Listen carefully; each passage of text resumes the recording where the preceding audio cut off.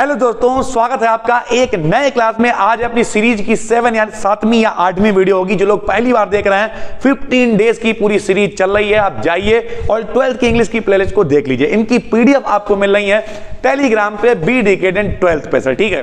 तो आज का अपना टॉपिक है सिंटैक्स। भैया सिंटैक्स क्या होता है? सिंटैक्स को सरल भाषा में कहते हैं तो गलती होती गलती। गलती का मतलब क्या है भैया? हमने कोई सेंटेंस लिखा, कोई सेंटेंस बोला, बोलते समय कभी कभी कुछ ऐसा हो जाता है जो हम लोग अपनी तरफ नहीं, दा फालतू में लगा दिया, एक जगह एन यूज कर दिया, मतलब वंस की जगह जो है खाली वन यूज कर दिया। तो इस तरीके की कुछ गलतियां सेंटेंस में होती हैं। उन गलतियों को अगर आप सही कर लेते हैं तो आपको नंबर मिल जाते हैं। तो चलिए सर शुरू करते हैं। सबसे पहले रूल नंबर 1, कुछ बेसिक रूल्स हैं जो हम आपको बता दे रहे हैं। बाकी तो देख के ही समझ में आ जाती कि रियलिटी में गलती क्या है, ठीक है भाई। तो देखिए यहां पे कुछ ऐसे शब्द आपको मिलेंगे जो प्लूरल होते हैं, ठीक है, देखने में आपको सिंगुलर लगते हैं, ठीक है। जैसे मान लिया हम आपको बताएं पुलिस, तो पुलिस देखने में लग रहा है एक वर्ड है लेकिन ये प्लूरल है, ठीक है भाई। मिलिट्री, पीपल मतलब लोग बहुत सारे, पब्लिक, चिल्ड्रन, क्राउड, चिल्ड्रंस नहीं होता है, चाइल्ड माने बच्चा होता है और चिल्ड्रन प्लूरल वर्ड है भाई। क्राउड भीड़, यानी जब भी कभी इस तरीके के शब्द होंगे तो ये बहुवचन होंगे यानी प्लूरल होंगे, ठीक है भाई। तो इनके साथ में क्या करेंगे आप? यहां लिखा हुआ चिल्ड्रन इज प्लेइंग, गलत है ये। चिल्ड्रन प्लूरल है तो चिल्ड्रन इज प्लेइंग नहीं होगा, चिल्ड्रन आर प्लेइंग होगा। तो ये ऊपर वाला इनकरेक्ट है और नीचे वाला करेक्ट है, ठीक है भाई।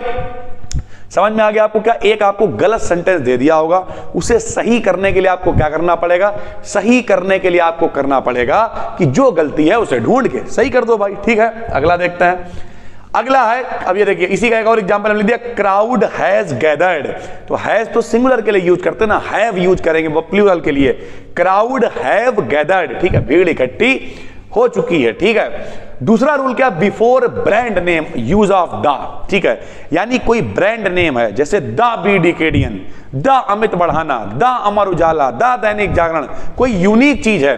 जैसे Ramayana is a holy book, तो रामायण एक ब्रांड नेम है, सरल भाषा में बता रहे हैं। वैसे तो हम यहां लिख सकते थे किसी पवित्र पुस्तक के नाम के आगे इस तरह की चीजें, लेकिन रामायण एक ब्रांड नेम है जो अपने आप में यूनिक है। उसके आगे आप the great Khali, Ramayana is a holy book गलत है, the Ramayana is a holy book, यानी रामायण एक पवित्र पुस्तक है।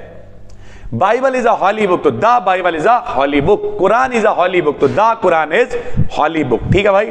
उसी तरीके से देखिए गंगा के आगे द गंगा, गंगा नदी अपने आप में एक है, यूनिक है। सन के आगे द सन, अमर उजाला के आगे the Amar Ujala.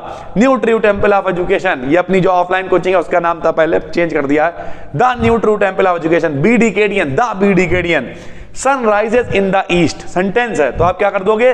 The sun rises in the east, क्योंकि द यहां पर सन के आगे द नहीं लगा हुआ है, इसका मतलब ये सेंटेंस में गलती है। गलती मतलब आपको सिंटैक्स की आवश्यकता है।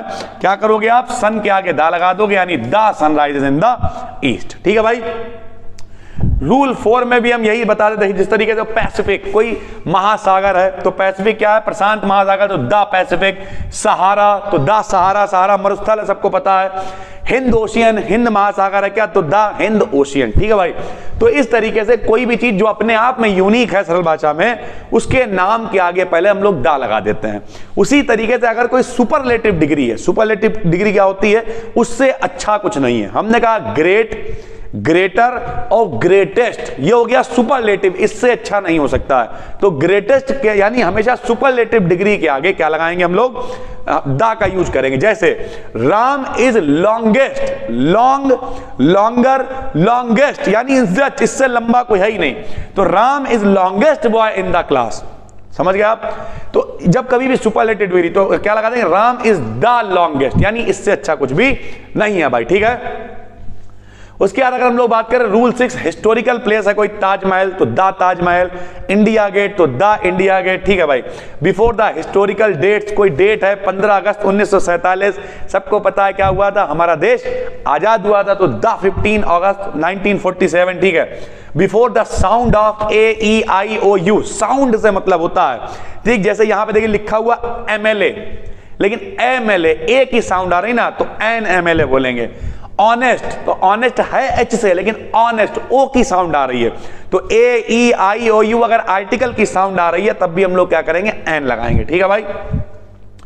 पजेसिव केस क्या होता है? पजेसिव लोग कहते नहीं हम तुम्हें लेके बहुत पजेसिव है, सुना है? पजेसिव मतलब हम अपना एक अधिकार तुम पे जता रहे हैं कि अगर तुम्हें कुछ हो गया तो मेरा क्या होगा, ऐसा होता है। तो पजेसिव केस जब कुछ हो रहा है, जैसे one must do his duty कह दिया, ठीक है, तो अब जब अधिकार की बात आ जाती है तो one must do once duty. One के साथ में हमेशा वंस लगाते हैं, हिज नहीं, कि किसी कोई अगर व्यक्ति है तो उसे मस्ट का यूज कब करते हैं? मस्ट का यूज तब करते हैं कि जब आवश्यक हो, ठीक है। तो वन मस्ट मतलब आवश्यक के लिए यूज करते हैं, तो one must do once duty, ठीक है, यानी कोई एक व्यक्ति जो है उसे उसकी जो ड्यूटीज हैं वो करना जरूरी है भाई, नहीं करोगे तो कैसे काम चलेगा, तो वन के साथ हमेशा वंस का यूज करते हैं। रूल 10 क्या? इन्फीरियर, जूनियर, सीनियर से पहले हमेशा देन नहीं बल्कि टू मी लगाते हैं। He is junior than me in the class, गलत है, he is junior to me in the class, तो यानी अगर कहीं भी लिखा हुआ he is junior than me तो गलत है, देन नहीं लगाएंगे, क्या? To me in the class use करेंगे, ठीक है। ईच के साथ में हैज लगाते हैं, जैसे ईच ऑफ अस हैव, गलत है, each of us has use करेंगे, ठीक। सब में आप यहां पर फुल स्टॉप वगैरह लगाते रहें। बोथ एंड ऑल के साथ में द का यूज करते हैं, जैसे बोथ फ्रेंड्स, गलत है, बोथ द फ्रेंड्स होगा, ठीक है भाई। खेलों से पहले दा और त्योहार से पहले दा नहीं लगाते हैं, ठीक है। जैसे हमने लिया दा क्रिकेट, गलत है, क्रिकेट से पहले दा नहीं लिखेंगे, क्या लिखेंगे? क्रिकेट। आप कह दो क्रिकेट तो अपने आप में यूनिक है, नहीं, खेलों के नाम से पहले दा नहीं लगाते हैं। फुटबॉल तो केवल फुटबॉल, दा फुटबॉल नहीं बोलते हैं।